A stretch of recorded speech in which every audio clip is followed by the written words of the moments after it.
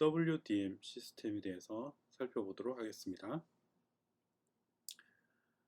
이번 시간에 배울 것은 WDM 시스템의 원리, WDM 시스템의 장점, 그리고 WDM 시스템의 핵심 소자들을 차례대로 살펴보도록 하겠습니다.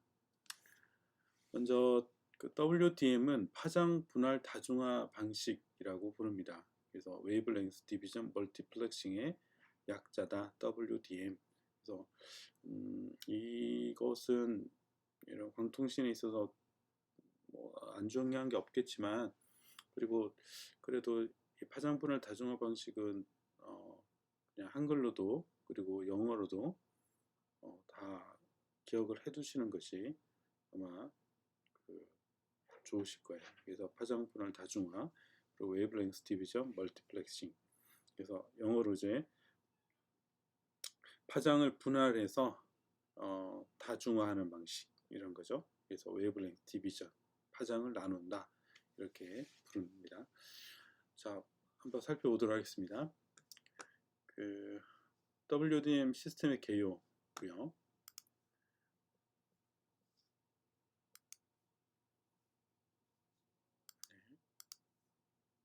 광섬유는 약 1.2에서 1.6 마이크로미터 범위의 파장에서 통신에 적합한 저손실, 여기서 이 범위에서 한 0.3 dB/km 이내의 손실을 가지는 특성을 나타낸다.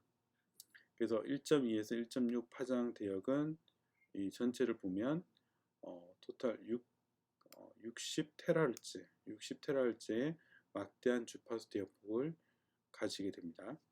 그리고 광섬유의 대역폭을 충분히 활용하기 위해서는 여러 개의 채널을 하나의 광섬유로 전송하는 다중화 기술이 필요합니다. 자, 여러 개의 채널을 하나의 광섬유로 전송하는 것을 다중화라고 하는 거죠. 여러 개의 채널을 하나의 광섬유로 전송하는 것을 다중화 기술이다. 그 중에 파장을 분할하는 다중화 방식이 있다 라고 하는 것이 되겠습니다. 파장 분할 다중화 방식. 이 밑에 그림을 보면 1.2 마이크로에서 1.6 마이크로 대역에서 0.4 dB/km보다 낮은 저손실 대역이 존재를 합니다. 그 중에서 특별히 여기 1300대, 1350 대역에서 이런 광섬유 손실 피크가 발생하는데, 이것은 OH, 흡수 손실에 의해서 발생하는 것인데요.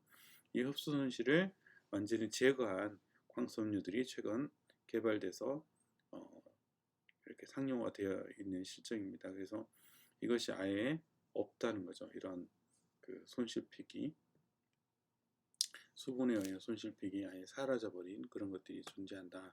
그래서 이 전체가 한 60테라헤르츠의 대역폭을 가진다 라는 거죠.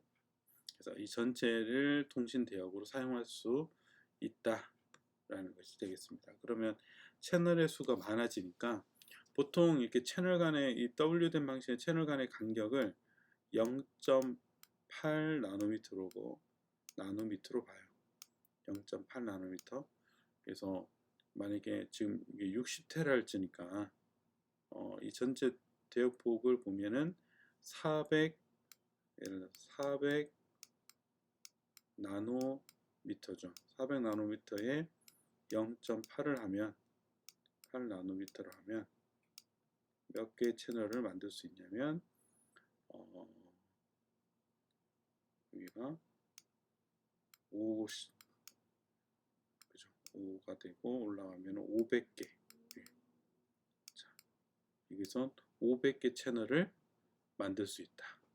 이 전체를 가지고 0.8씩 나눠주면 500개 채널을 만들 수 있고요. 그러면 각 채널이 다른 통신을 할 수 있다는 거죠.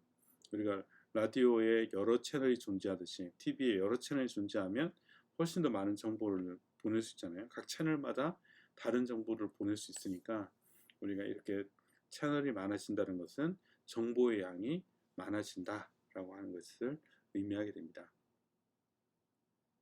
자, WDM 시스템의 원리는 여러 개의 광송신기가 각각 다른 중심 파장을 갖는 레이저로 독립적인 정보를 따로 변조를 해준다.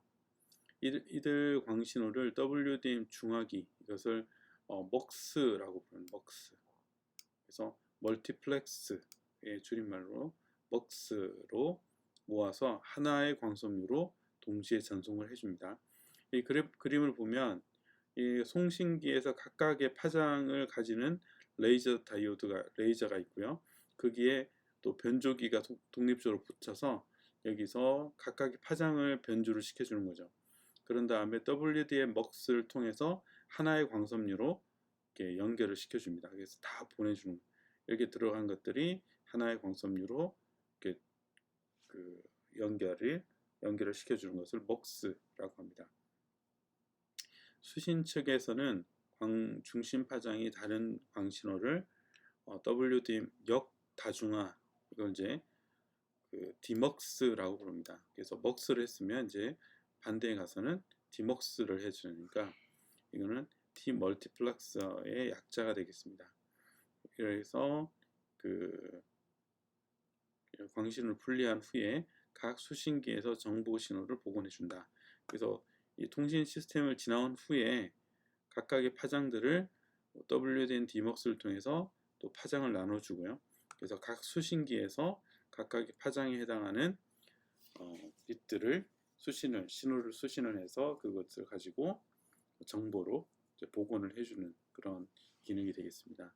중간에 이제 광손실을 보상해주기 위해서 옵티컬 앰플리파이어 광증 뽑기를 중간중간 설치를 하게 되는 거죠. 그래서 기존의 WDM 방식이 아니고 이렇게 여러 채널을 보내는 방식으로는 시간 분할 다중화 방식이 있습니다. 타임 디비전 멀티플렉싱 방식인데 하나의 선로 광섬유에 여러 개의 채널 신호를 시간차를 두어서 전송하는 방식이 되겠습니다. 그래서 예를 들어서 이런 삼각형 신호가 들어왔다. 그리고 별표, 그리고 이런 모양, 동그라미 이렇게 들어왔으면 이것들을 이제 시간 순서대로 그 동그라미를 먼저, 그 다음 신호, 별표 신호, 삼각형, 동그라미, 삼각형 이런 식으로 이제 시간 차이를 둬서 채널을 나눠주는 방식이 되겠습니다. 근데 이제 파장 분할 다중화 방식은 하나의 선로에 중심 파장이 서로 다른 여러 채널을 동시에 넣어주게 되는 거죠. 그래서 이 프리즘이 있는 것처럼 이렇게 다 들어와서 동시에 하나의 광섬유로 다 들어가게 돼서 이게 독립적으로 전송이 됩니다. 파장이 다르기 때문에 결국은 파장이 다르기 때문에 나중에 파장을 분할할 수 있는 거죠. 여기서는 이제 파장이 다르진 않습니다. 시간 분할 다중화 방식에서는 다른 파장은 사용하지 않고 단지 시간 차이를 둬서 이렇게 채널을 나눠주는데 여기는 파장을 달리해줘서 그 채널을 나눠주는 방식이 되겠습니다. TDM 방식 같은 경우는 이제 이런 그 직렬로 연결된 것과 같습니다. 그래서 직렬로 연결돼 있으니까 이렇게 데이터를 전송해주는 시간들이 많이 걸리겠죠. 근데 WDM 방식은 이렇게 병렬로 연결한 것 같습니다. 그래서 파장이 다른 것이 각각의 차선으로 보시면 되고요. 그러면 더 많은 양의 데이터를 손쉽게 처리를 할 수 있는 방식이 WDM 방식이라는 것을 쉽게 이해를 하실 수가 있겠습니다. 자, WDM 시스템의 장점은 확장성이 좋습니다. 그래서 전송 용량을 증가시키기가 쉽고요. 그리고 데이터 트래픽이 증가하면 채널 수를 늘리면 되기 때문에 확장성이 좋다라는 거고, 투명성은 전송 상태를 독립적으로 가져갈 수 있다. 즉 중심 파장만 다르면 각 채널의 비트율은 물론 또 편조 방식이 각각 달라도 하나의 광섬유 안에 함께 전송이 가능하다. 네트워크 구성이 용이하다. 네트워크 구성이 매우 쉽습니다. 그리고 전송 도중 특정 파장을 손쉽게 분리해내거나 더해줄 수 있도록 시스템화되어 있습니다.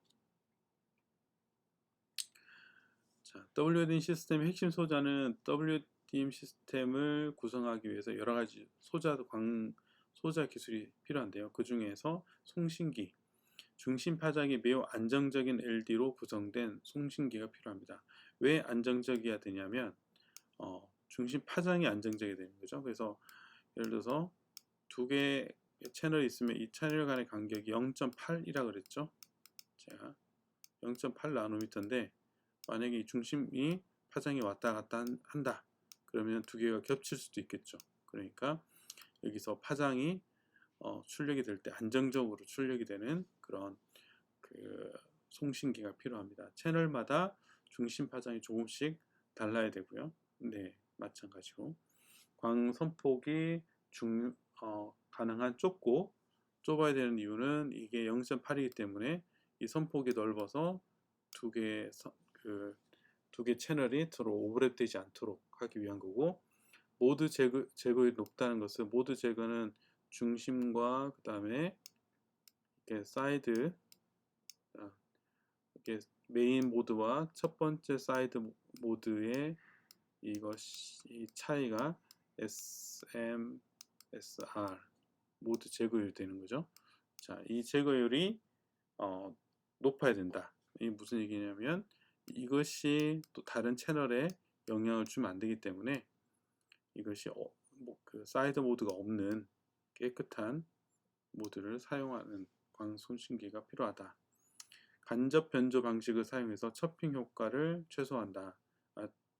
그래서 직접 변조를 하면 이게 첩핑에 의해서 또 이렇게 선폭이 퍼지게 됩니다. 그래서 그것들을 줄이기 위해서 간접 변조를 해야 된다. 그리고 WDM 다중화기, 역다중화기, 아까 먹스, 디먹스라고 하는 그런 장치가 필요하고요. 광송신기, 단일 채널에서 사용하는 광송신기를 그대로 사용할 수 있는데 대신 C 대역과 L 대역을 포함한 넓은 대역에서 광 다이오드의 반응도에 편차가 발생합니다.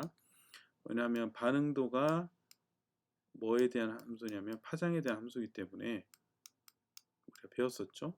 반응도가 파장에 대한 함수이기 때문에 여기 파장과 여기 파장에서 반응도가 서로 다릅니다. 그래서 이 부분을 보상해 줄 필요가 있다라고 하는 거죠. 자, 그 다음에 광증폭기가 필요한데 우리가 기존에 이제 그 중장거리형 WDM 시스템에서는 광손실을 보상하기 위해서 광증폭기가 필요하고요. C 대역에서는 20에서 30dB 이득 특성이 있는 어뷸 첨가 광섬유 증폭기 개발이 되어서 WDM 시스템 시대를 여는데 핵심이 되었습니다. 이런 이제 그 재생기, 그래서 이걸 증폭하기 위해서 역다중화기를 가지고 파장을 나눠주고 이걸 다시 재생기해서 신호를 증폭해주고 이걸 다시 또 다중화기를 또 합쳐주고 이런 과정들을 재생기는 거쳐야 되는데 광증폭기는 그런 과정 없이 들어오는 그 신호를 파장에 대해서 전체를 동시에 증폭시킬 수 있는 기술이기 때문에 이런 그 가격적인 측면도 그렇고요. 또 성능적인 측면에서도 획기적으로 개선된 것이 광증폭기다. 채널 수, 비트율, 또 변조 방식이 바뀌어도 그대로 사용이 가능하다 하는 것이 되겠습니다. 자, 그래서 이제 이번 시간에는 WDM 시스템의 원리와 장점을 이해를 했고요. 그리고 WDM 시스템을 구성하는데 필요한 소자들에 대한 주요 기능과 요구 사항들에 대해서 이해를 했습니다. WDM 시스템은 광통신 시스템에서 핵심이 되는 지금 그런 부분이기 때문에 여러분들이 WDM에 대한 그 개념적인 이해가 충분히 있어야 된다고 생각이 됩니다. 자, 오늘은 여기까지 하도록 하겠습니다. 수고하셨습니다.